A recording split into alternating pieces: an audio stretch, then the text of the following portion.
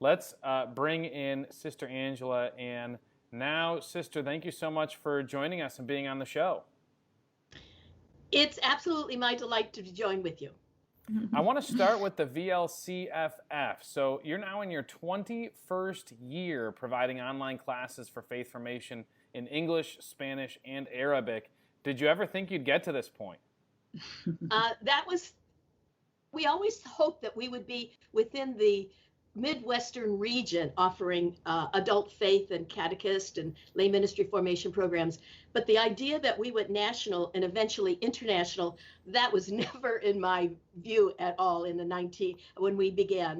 We really began in 1995 with a major grant from the university. So, but yeah, it's really been exciting and very prophetic. When we began back in 1996 piloting it, nobody even knew what internet was all about. Even the Archdiocese was a great supporter. We worked closely with the Archdiocese. We didn't know what was going to happen, but we gambled, and it became what it is because I think it was the work of the Holy Spirit. Mm-hmm. And it was way ahead of its time, and we've striven to be on the cutting edge as we move forward. And could you maybe describe some of the content or what the VLCFF is for that faith formation component? Sure. The content, originally our program was going to be designed for mission dioceses, for rural dioceses, or dioceses that did not have sufficient staff to be able to outreach, to form and inform people in the parish, mm-hmm. Or in the diocese. So the content has emerged because diocesan staff who are partners, the dioceses that are partners with us, they indicate the kind of courses that they need. Mm-hmm. So we really deal with collaboration. It's not that we decide what courses we want to put out there. We meet virtually now with our diocesan partners, saying what's needed out there? How can we support you? Mm-hmm. So our courses go, we have over 155 courses in English. We have 7-8 certificate programs. In Spanish, we have 49. Soon we will have 60 courses in Spanish. In Spanish, we have over 40 facilitators. In English, we have 200 plus facilitators. It's a little mini college. Oh, wow. But it's people all over the world who are working with us. And that's what's exciting. The United States, Canada, Apostolic Vicariate of Southern and Northern Arabia and Lebanon, Latin America, the Caribbean. So it's a wonderful way to experience church. There are about 100 adults from the Archdiocese who complete courses or certificate programs with VLCFF. And there's a huge Spanish component as well. Is that correct? Very true. Liliana Montoya, who coordinates our Hispanic initiatives, both as within youth ministry with Hispanics and the online, has been very assertive, working closely with the Hispanics, and we see a growing movement in this area. What's very interesting, when we decided to move into Spanish courses, we had a lot of feedback from that, negative feedback. People are saying, well, Hispanics have English as their second language. Why are you doing it in Spanish? Mm. And we really always believed that when it comes to talking about or speaking about or reflecting on our faith, we do best in our primary first language. Right. And so we stayed the course with that.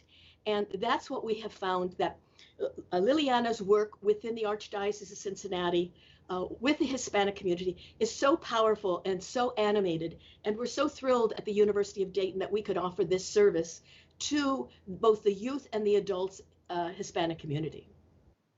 Yeah, and from your the historical context that we read as we introduced you before, really your work in the global church is really impressive. And so not only in addition to English and Spanish, maybe for local audiences, but you expanded into Lebanon and the Middle East with your Arabic courses as well. Could you talk to us about that and the important role that the global church Catholicism plays and how you reached out to that community or that group? Thank you. That's a wonderful question. And that's one of our wonderful stories. We originally were approached by the Apostolic Vicariate of Southern Arabia, which includes the Emirates and Oman and Abu Dhabi and Dubai, that's southern part, and the northern part of Saudi Arabia, to offer courses in English. As most of the audience knows, that how does this Catholic population end up in southern Arabia? It's because they're the expatriates who come to work in that areas. And they really need support. So it's a whole different Catholic world in the Middle East. But we began offering courses that were very successful and continue to be successful in English. And then the bishop, Bishop Hinder, and his staff said, well, what about Arabic? We have a significant number of people who would like to talk about their faith, explore their faith in their native language. And so we began exploring placing our courses in Arabic, which was so exciting with Kate Flynn and Selma Purvis and so many others in that part of the region. And then this wonderful opportunity opened. Bishop Joseph Nava from the Lebanon approached us, that he said, we have a problem in Lebanon, an issue in Lebanon, in Syria, in the Middle East, of getting Catholic programs out, because as a diocese, we can't get them out.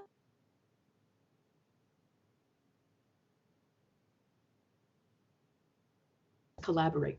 So working closely with Bishop Nafa from Lebanon, he is designing 2 tracks of courses in Arabic that will reach out not only through northern and southern Arabia, Lebanon, etc., but into other parts of the world, Canada, the United States, and Australia, where there are Arabic-speaking people. We are so excited about it. It's the only program we know in the world that is a Catholic outreach in Arabic. That's so amazing. Online. That's great. That's awesome. Thank you so much for doing that great work. Mm-hmm. I'm wondering real quick about, it occurs to me like, the VLCFF it's available to anybody, right? Like, I don't need to be pursuing a degree in theology. I don't need to be working at a parish, right? Like, anyone can go and sign up. And correct me if I'm wrong, aren't some of your courses, they happen year round, and some of them are fairly short, right? Even like 5-week courses and that sort of thing. Is that correct? Correct. Some are e-seminars. They run 3 weeks. Okay. And our basic courses run 5 weeks. And we have 7 cycles a year. So there's any time of the year people could register, and anyone could register for the courses. Even if someone doesn't belong to a partner diocese, that doesn't make any difference. You can still come in and take the courses. So that's a really important piece to our promotion. Yeah. Well, we want to make sure that viewers know that they can visit the University of Dayton's VLCFF website and find the whole course catalog, all the topics that might interest them. They can sign up. It's available. It's really an incredible resource for the Archdiocese to have right in our backyard. But I want to hear. I understand you have a long history with the Archdiocese of Cincinnati that dates back to your own television broadcasting years. Could you tell us a little bit about that? Yes, I was working in the northern part of the Archdiocese. Part of the Archdiocese you were just shortly speaking about. That's regarding right. The Marian pilgrimage. So I was working in the northern part. There are 100 parishes, 20-some Catholic schools. I was the consultant for the Archdiocese of Cincinnati in faith formation and religious education. And I was traveling 2,500 miles a month in my car. Wow. Up north. And living in Dayton, but traveling up north. And one night at a dinner, someone says, well, sister, why are you doing all this traveling?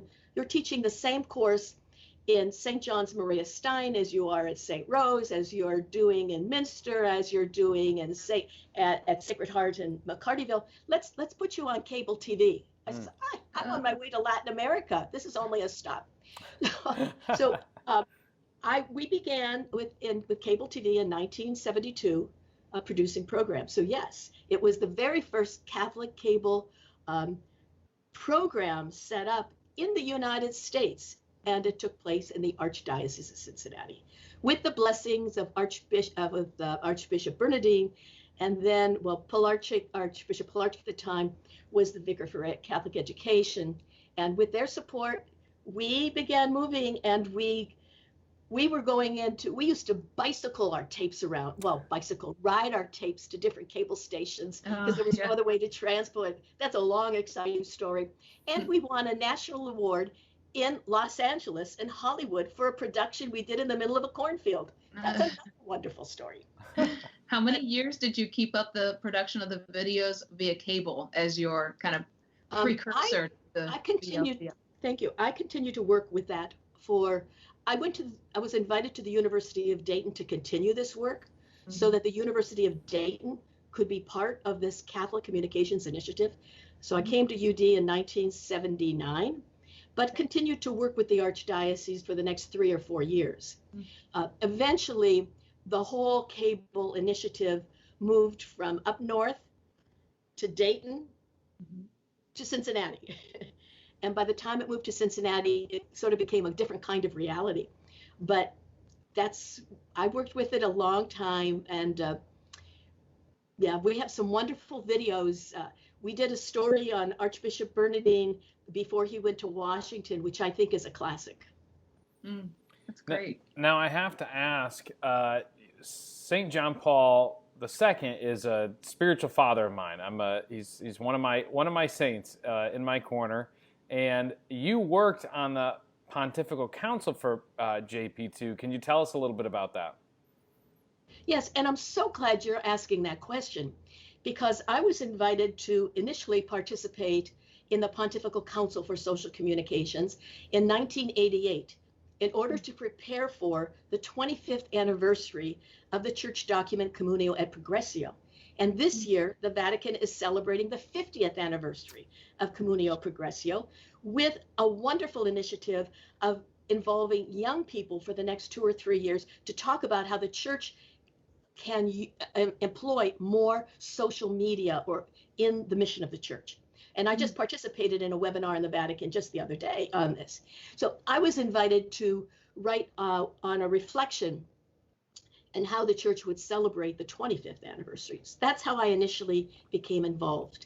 And I was part of the original writing document for which became known Aetatis Novae, the dawning of a new era. And in 1994, I was elected the world president for Catholic communications for UNDA, which meant that I was now an official member of the Pontifical Council for Social Communications, not a consultant, but a voting member until 2002. And that gave me an opportunity to work contribute to many of the communication documents that emerged from the Pontifical Council for Social Communications, and also offered the opportunity for me to travel around the world by the cardinals and the bishops who were on that committee to talk about the work of the communications. I have to say that when I was on that committee, this could be an interest of some of your people, the committee consisted of, give a break with the numbers one or two, well, one way or the other, but I think there were like 8 cardinals and 12 bishops and 2 priests and Sister Angela Ann. And if anybody wants to hear some stories about being the only woman on a pontifical council at that time, it's definitely different now. We got some great stories to tell. Sister, are you a native of the Archdiocese of Cincinnati? Pardon? Are you a native of the Archdiocese of Cincinnati? I probably should be. I've been in the Archdiocese over 50 years, and I'm 76. So that's almost 3/4 of my life. I'm originally from Erie, Pennsylvania. Okay. I graduated from the... Go ahead. I feel like some of the work you're describing, hopefully, of your experiences in the 70s and 1970s leading into the 1880s with your work in television in the Archdiocese. I feel proud that we helped to form someone who played such an important role in the global church. So thank you for that. Yeah, it was great fun.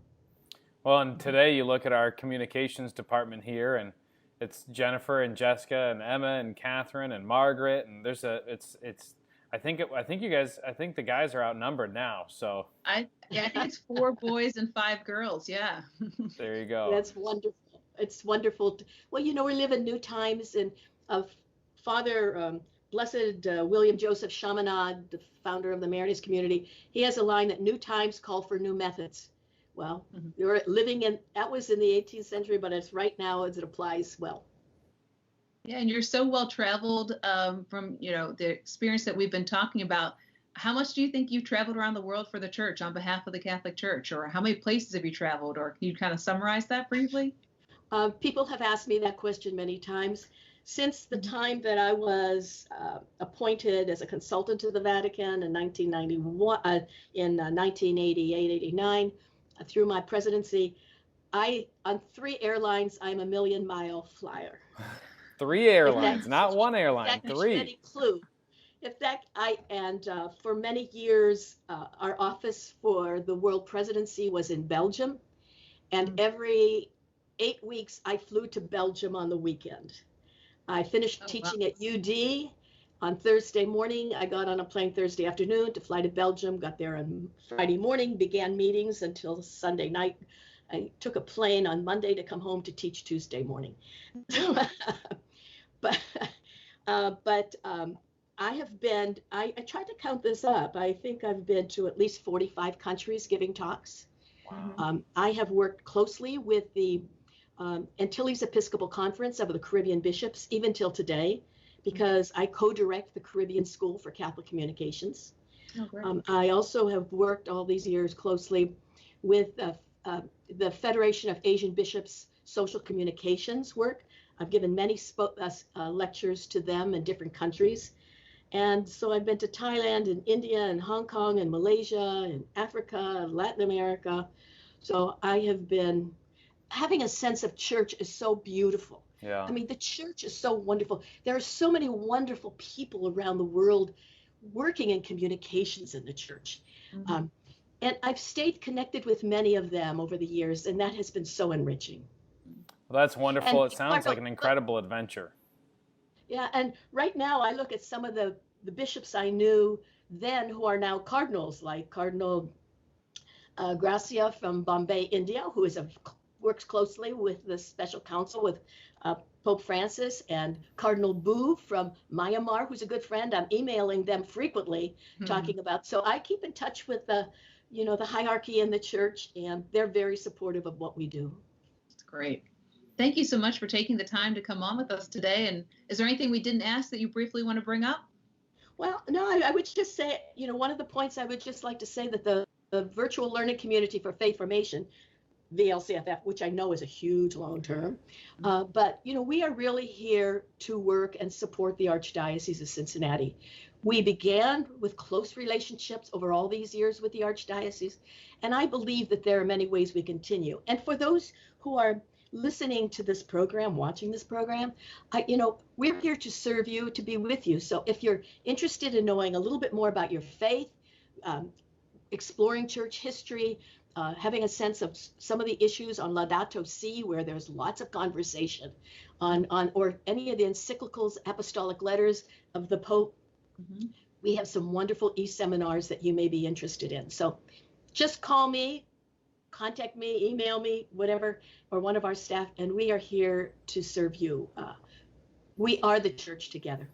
Sister, what is the website people can visit to learn more about the VLCFF? They can go to VLC.UDayton.edu. VLC.UDayton.edu.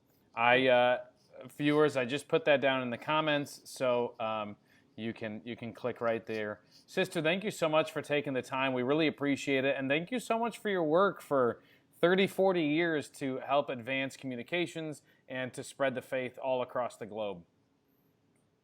Well, thank you for inviting me, and thank you for allowing me to meet your new team, and I hold all of you in prayer. Thank you very much.